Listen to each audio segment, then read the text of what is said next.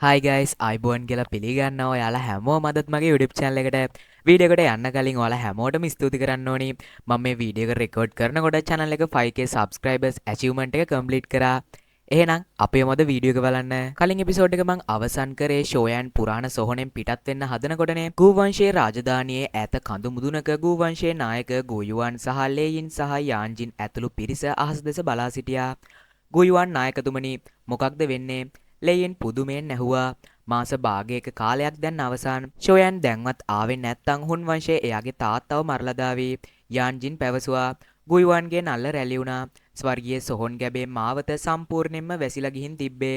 මං ඒක විවෘත කරන්න උත්සාහ කළත් අద్භූත බලවේගයකින් මාව ආපසු එලෙව්වා. හරියට දැන් ස්වර්ගීය සොහොන් ගැබට අලුත් පාලකයෙක් ලැබිලා වගේ. මේ කතාව ඇසූ සියල්ලෝම අඳුන් කුඳුන් වුණා. ස්වර්ගීය සොහොන් ගැබ කියන්නේ ඩූඩි බලවතෙකු විසින් නිර්මාණය කරන ලද කිසිවෙකුට පාලනය කර නොහැකි තැනක්. මේ කතාව ඇහුවාම ෂූනගේ මුහුණ සුදුමැලි වුණා. ෂෝයන් සහෝදරයා තාමත් ඇතුලේ. එයා කොහොමද ආපහු එළියට එන්නේ? ගුයුවන් නැවත උත්සාහ කිරීමට තීරණය කළා. එයා යාගේ දෑත් එක්කර මහා ශක්ති ජාලයක් මතු කරමින් අහසට ප්‍රහාරයක් එල්ල කළා. අඩි දහස් ගණනක් විශාල යෝධ ශක්ති අත්ලක් අහසේ මැවී මාවත විවෘත කිරීමට සැරසුණා. නමුත් එසැනින් අහසේ මතු මහා ආත්ම තරංගයක් ගුයුවන්ගේ ඒ බලවත් පහර ඉතා පහසුවෙන් විසිරුවා හැරියා.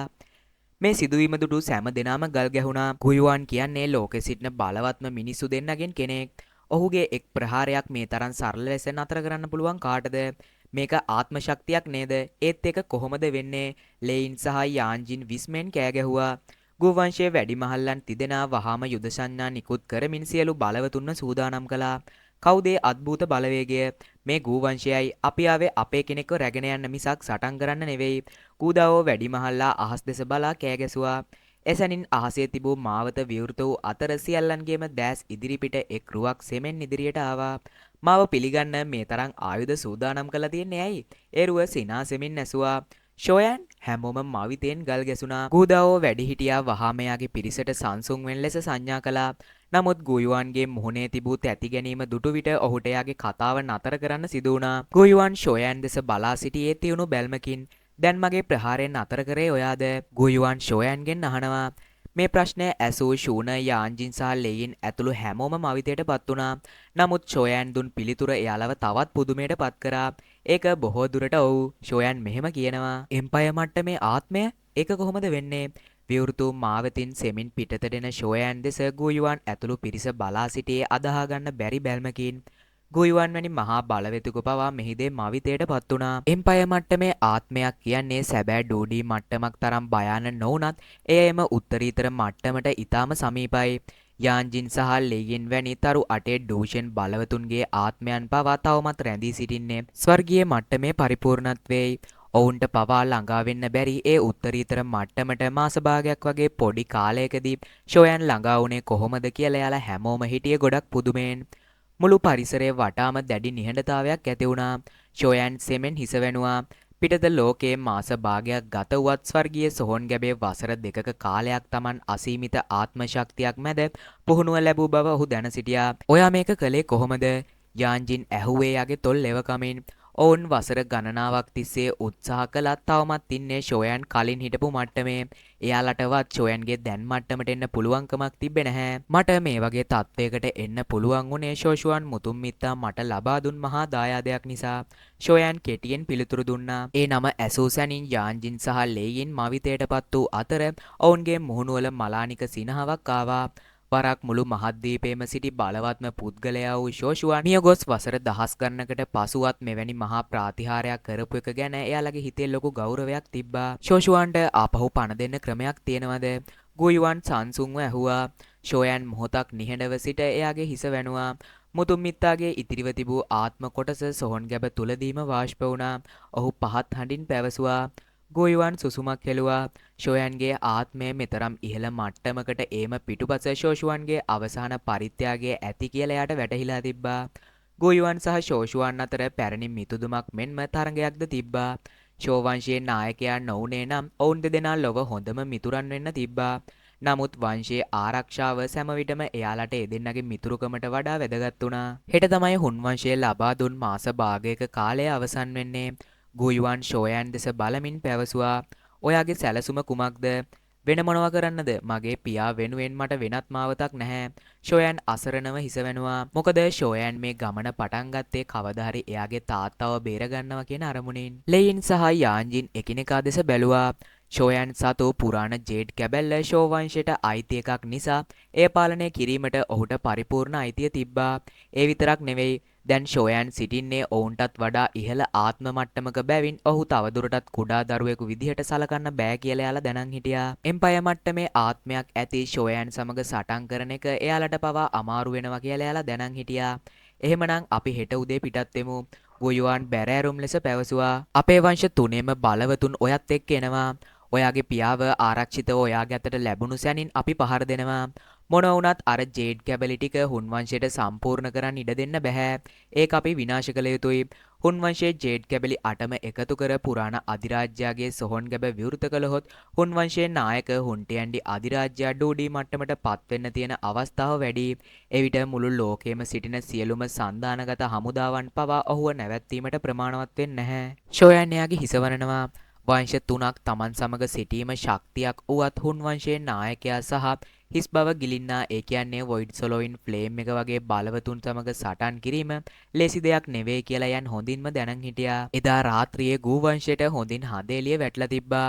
උණ බම්බු වනය මැද පිහිටි නිහඬ නිවසේ ෂෝයන් තනියම අහස් දෙස බලා සිටියා. වසර 10කට පෙර වූ තරුණයා දැන් මුළු මහත් දීපෙම පාලනය කරන මහා සන්දානයක නායකයෙක් වෙලා ඉන්නවා.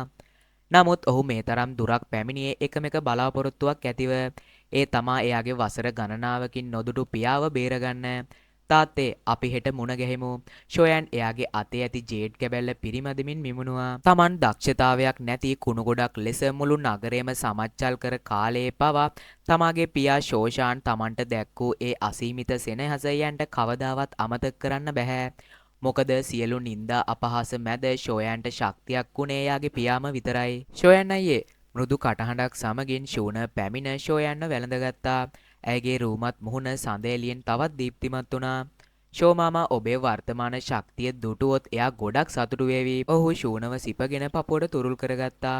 මං පොඩි කාලේ තාත්තට කිව්වා ෂූනව මගේ බිරිඳ කරගන්නවා කියලා. එතකොට තාත්තා මට බැන්නා හීනමවන්න එපා කියලා. ඒත් මම දන්නවා ඔහු ෂූනට ගොඩක් කැමතියි කියලා. තාත්තව බේරගත්තට පස්සේ අපි අපේ විවාහ උත්සවයේ ප්‍රධානීත්වය ගන්න එයාට ඉඩ දෙමු. ෂූන ලැජ්ජාවෙන් යුතුව ෂෝයන්ගේ පපුවේ හිස තබා ගත්තා. ඇයගේ දැස් සතුටින් පිරී තිබ්බා. ඇය සෙමෙන් හිස වැනුවා. ෂෝයන් ඇයගේ රතු තොල් සිපගත් අතර මොහොතකින් කාමරයේ දොර වැසී ගියා. සන්දෙලියේ යට මනරම් රාත්‍රියක් ගෙවී ගියා. පසුදෑ උදෑසන පළමු හිරුරැස් වැටෙන්නත් සමගම ගූ වංශයෙන් නිහඬතාවය බිඳී ගියා.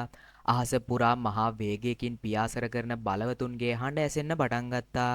වසර දහස් ගණනකින් ලෝකයේ නුදුටු මහා යුද්ධය දැන් අතළඟ තමා තියෙන්නේ. තරුණ මෙනවිය තරුණ ස්වාමියා ෂෝයන් දැන් කාලය හරි. උණබම්බු නිවසේ වැසී ඇති දොර දෙස සිනාසෙමින් බලා සිටි ලින්නින් වැඩිමහල්ලා අමතවුවා. මොහොතකින් දොර විවෘත වූ අතර ෂෝයන් සෙමෙන් එළියට ආවා. ඔහු පියවරක් තබන සැනින් අවට අවකාශයේ ශක්තිය කැළඹෙන්න පටන් ගත්තා. ඔහුගේ කළු පැහැති දෑස් තුල දැන් දිස්වන්නේ ආත්මයන් පාලනය කරන දෙවියෙකුගේ වගේ ස්වරූපයක්. ලින්නින් පවා ඒ බලයට යටත් වී නොදැනුවත්වම හිස නැමුවා. වසර කිහිපයකට කලින් හිටපු ඒ අහිංසක තරුණයා දැන් ලව උත්තරීතරම මට්ටමට පැමිණ ඇති ආකාරය දැක ලින්නින් මහත්තයා ගොඩක් සතුටු වුණා. තරුණ මෙනවියගේ ඒ කාලේ තේරීම අපි අගය කරන්න ඕනේ. ඔහු සිතුවා ගූ වංශයේ වටිනාම මුතු ඇටේ බඳු ෂූන ෂෝයන් අසල සිටින විට ඇයගේ සියලු තේජස සංගවාගෙන ඉතා කීකරු පෙම්වතියක් විදිහට තමයි ඇය සිටියේ. වසර ගණනාවකට පෙර වූවක් මෙන් ඇය තවමත් ෂෝයන් පසුපසින් සිනාසෙමින් ගමන් කරනවා. අපි යමු ලින් මහත්තයා ෂෝයන් පැවසුවා. ඈත කඳු වැටිය දෙස බලන විට මහා බලවතුන් රැසකගේ ශක්ති ධාරාවන් එතනට එක් රැස් වෙනවා කියලා යන්ට දැනුණා. යාන් වංශයේ සහ ලේ වංශයේ බලවතුන්ද දැන් එහෙට පැමිණලා හිටියා. ෂෝයන් ෂූනගේ අතින් අල්ලාගත් අතර දෙදෙනාම අහසට පියාසර කරා. ඔයාලා හැමෝටම ජය ලැබෙන්න ඕනේ. ලින්නින් ඔවුන් යන දෙස බලා ප්‍රාර්ථනා කරා. ෂෝයන් සහ ෂූන කඳු මුදුනට ළඟා වන විට අහස පුරා විසිරී සිටි ගූ වංශයේ බලවතුන් පිරිස දැක ෂෝයන් මවිතයට පත් වුණා. එම්පයර් මට්ටමේ ආත්මයක් ඇති ඔහුට පවා ඔවුන්ගේ ඒකාබද්ධ ශක්තිය තදින් දැනුණා. ඔයාලා ඇවිත් ගුයුවන් සිනාසෙමින් ඔවුන් අසලට පැමිණියා. ෂූනගේ ලැජ්ජාවෙන් රතු මූණ දෙස බල්ලා ගුයුවන් විහිළුවක් කරනවා. පේන විදිහට ඔය දෙනා ඉක්මනින්ම මාව සීයා කෙනෙක් කරන්න හදනවා වගේ. ෂෝයන් ලැජ්ජාවෙන් කැස්සක් දැමූ අතර ෂූන ඇපල් ගෙඩියක් මෙන් රතු වී බිම බලාගත්තා. ගෝවංශයේ සියලුම බලවතුන් යොදවලා තියෙනවද? ෂෝයන් මාතෘකාව වෙනස් කරමින් ඇසුවා. සම්පූර්ණ නැති වුණත් අපේ සැබෑ ශක්තිය අපි පෙන්වන්න ඕනේ. හුන් වංශයේ ඊටමත් අභිරහස්. ඒ නිසා අපි ප්‍රවේශම් වෙන්න ඕනේ. ගුයුවන් පැවසුවා. ගෝවංශයේ හමුදාව දෙස බලන විට ෂෝයන්ට මහත් ගෞරවයක් දැනුණා. ගෝයුවන් මෙතන හිටපු ප්‍රබලතම කෙනා වූ අතර ඔහුට පසුව කළු සේනාංකයේ නායක ගෝලී සිටියා. ඔහු ඒස්ටා ඩූෂන් බලවතෙක්. ඉන්පසු ගෝවංශයේ වැඩිමහල්ලන් තිදෙනා සිටින අතර ඔවුන් සියල්ලෝම 7 ස්ටාර් ඩූෂන්ලා. ඔවුන් පිටුපසින් තවත් 4 ස්ටාර් සහ 5 ස්ටාර් ඩූෂන් බලවතුන් රැසක් සිටියා. මේ හමුදාව මුළු මධ්‍යම තැනිතලාවම එකවර යටත් කිරීමට තරම් හොඳටම ප්‍රමාණවත්. මොහොතකින් අහස දෙබෑ කරමින් යාන් වංශයේ බලවතුන්ද පැමිණියා. යාන්ජින් එයාගේ ප්‍රභූ සේනාව සමග එතනට ළඟා වුණා. යාන්ජින් පසුව සිටින බලවත්ම තැනැත්තිය උනේ හුවෝලින්. ඇය රූමත් කාන්තාවක්. ඇය 7 ස්ටාර් ඩූෂන් බලවතෙක්. හෝලින් එයාගේ දැස් ඔසවා ෂෝයන් දෙස බැලුවා.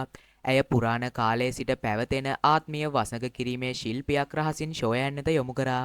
ඇයගේ ආත්මය ස්වර්ගීය පරිපූර්ණ මට්ටමේ තිබූ අතර සාමාන්‍ය කෙනෙකු ඇයගේ මේ බැල්මට වසඟවනු ඇත. නමුත් එම්පයර් මට්ටමේ ආත්මයක් ඇති ෂෝයන් ඉදිරියේ මේවා හුදෙක්ම විහිළු විතරයි. ෂෝයන් සිනාසෙමින් ඇය දෙස කෙලින් බලා සිටියා. ඔහු එයාගේ ආත්මයෙන් සියුම් පීඩනයක් මුදා හැරියා. ඒ සැනින් හෝලින්ගේ වසගය සම්පූර්ණයෙන්ම බිඳී ගිය අතර ඇයගේ මුළු සිරුරම බියෙන් වෙවුලන්න ගත්තා. ඇයගේ ආත්මය පවා ෂෝයන් ඉදිරියේ දනින් වැටුණා. එම්පයර් මට්ටමේ ආත්මය ඇය මවිතයෙන් මිමුණුවා. හෝලින් මං ඔයාට කලින්ම කිව්වනේ ෂෝයන් ඉදිරියේ ඔය සෙල්ලම් කරන්න එපා කියලා. දැන් දුක් වෙන්න එපා. යාන්ජින් සිනහ වෙමින් පැවසුවා. වැඩිමහල් හෝලින් නෙවෙයි. හෝලින් සුරංගනාවිය කියලා හඳුන්වන්න. ඇය සිය රතු තොල් උල් කරමින් පැවසුවා. ෂෝවංශයේ වාසනාව නම් පුදුමයි. ෂෝෂුවන්ගෙන් පස්සේ ඔවුන්ට ෂෝයන් වගේ ලොකු වීරයෙක් ලැබිලා තියෙනවා. ගුයුවන් සියලුම බලවතුන් අමතා එයාගේ බැරෑරුම් හඬ අවදි කරා. හැමෝම දන්නව ඇතිනේ අද අපි යන්නේ මොනව කරන්නද කියලා. හුන් වංශය ගැන අපි හැමෝම දැනුවත් වෙන්න ඕනි. කිසිම වෙලාවක සතුරාව අවතක්සේරු කරන්න එපා. සෑම වංශයකම බලවතුන් ඒ කතාව අනුමත කරමින් හිස වැනුවා. ගුයුවන් එයාගේ අත්ල සොලවා අහසේ මහා මාවතක් විවෘත කළා. ගුයුවන් පෙරමුණගත් අතර ෂෝයන් සහ ෂූන එයාගේ පිටිපස්සෙන් ගියා. වංශ තුනේ සියලුම බලවතුන් එකා පස්සේ එකා ඒ තුලට ඇතුළු වුණා. ඒ අතරෙම මධ්‍යම තැනිතලාවේ ස්වර්ගීය මාලිගා සන්දානයේ මූලස්ථානයෙන්ද දහස් ගණන් බලවතුන් අහසට නැගී වයඹ දෙසට ගමන් කරන්න පටන් ගත්තා. මධ්‍යම තැනිතලාවේ ජනතාව භීතියට පත් වූයේ සන්දානයේ සියලු බලවතුන් මෙලෙස එකවර ගමන් කරන්නේ හුන් වංශයේ සමග මහා සටනකට කියලා වැටහුණ බැවින්. යුද්ධයේ අඳුරු සෙවණැල්ල දැන් මුළු මහත් දීපේම වසාගෙන තිබ්බේ. සොහොන් කඳු වැටිය මධ්‍යම තැනිතලාවේ වයඹ දෙසින් පිහිටා ඇත.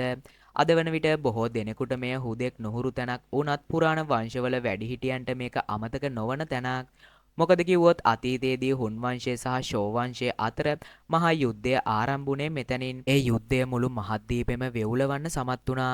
කඳු වැටිය ගැඹුරේ පිහිටි පුරාණ රණබිඹ අද ඉතා අද්භූත ලෙස නිහඬව තමා තිබ්බේ. සාමාන්‍යයෙන් එහි ගැවසෙන මුර්ගයන් පවා අද එහි හිටියේ නැහැ. හරියට නිකන් එයාලට කලින්ම මේ මහා විනාශය ගැන ඉව වැටලා තිබ්බ වගේ. හදිසියෙම අහස දෙබෑ කරමින් මහා ශබ්දයක් ඇසුණු අතර ගෝවංශයේ ඇතුළු වංශ තුනේ හමුදාව රණබිමට ළඟා වුණා. ගෝයුවන් එයාගේ පාදය පොළොවේ තබන විට ඔහුගේ දැස් තුල අතීත මතකයන් රැඳී තිබුණා. වසර දහස් ගණනකට පසු නැවතත් එම සතුරා සමග එම ස්ථානයේදීම සටන් කිරීමට සිදුවීම දෛවයේ සරදමක් වගේ. ස්වර්ගීය මන්දිර සන්දානයත් ඇවිත් ෂෝයන් සිනාසෙමින් උතුරු දෙස බලමින් පැවසුවා. ඔහුගේ එම්පයර් මට්ටමේ ආත්මයට ඉතා ඈතින් එන හුරුපුරුදු ශක්තියින් දැනෙන්න ගත්තා.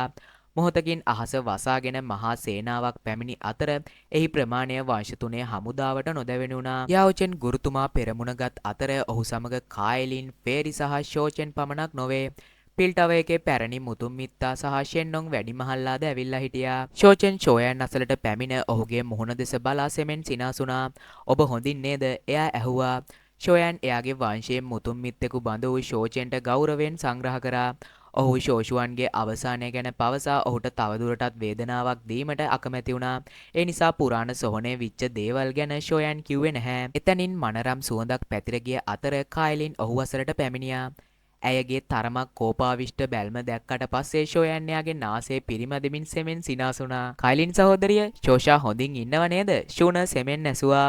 ඔව් ඇය සුවෙන්. හැමදාම ගෙදරෙන් නැති කෙනෙක් ගැන ඇය හැමදාම මග බලන් ඉන්නවා. කයිලින් පැවසුවේ ෂෝයන් දෙස බලමින්. ෂෝයන් බොහෝ කාලයක් Tamanගෙන් ඈත්ව සිටීම ගැන ඇයගේ හදවතේ ඌයේ ආදරණීය අමනාපයක්.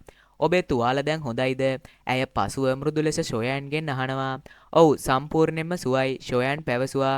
හුන්වංශයේ සමග සටන ඉතා වැදගත් බැවින් සන්ධානයේ සියලුම බලවතුන් මෙහි පැමිණි ඇති බව ඔහුට වැටහුණා. හිරු මුදුන්වන විට ෂෝයන් සහ ගෝයුවන් එකවරම දැස් විවෘත කරා. ඔවුන් ආවා. අහස කළු දුමාරයකින් වැසී ගිය අතර මහා අවකාශයේ මාවතක් විවෘත වුණා. හුන්ටයන්ඩි අධිරාජ්‍යයා අහසේ මතුවුණා. ඔහු පිටුපසින් හිස් බව ගිලගන්නා ගින්න සහ හුන්වංශයේ යක්ෂ සාන්තුවරයන් 4 දෙනා ඇතුළු මහා සේනාවක් හිටියා. හුන්ටියන් අධිරාජ්‍යයා අපේ වංශ තුනේ ජේඩ් කැබලි ආපහු දෙන්න. නැත්තම් අපි ඔබේ රාජධානිය සම්පූර්ණයෙන්ම විනාශ කරනවා. ලේයින් කෝපයෙන් කෑ ගැසුවා. මගේ රාජධානිය විනාශ කරන්න මේ ලෝකේ කාටවත්ම බෑ. හුන්ටයන්ගේ අධිරාජ්‍යයා අවඥාවෙන් යුතුව සිනාසෙමින් පැවසුවා.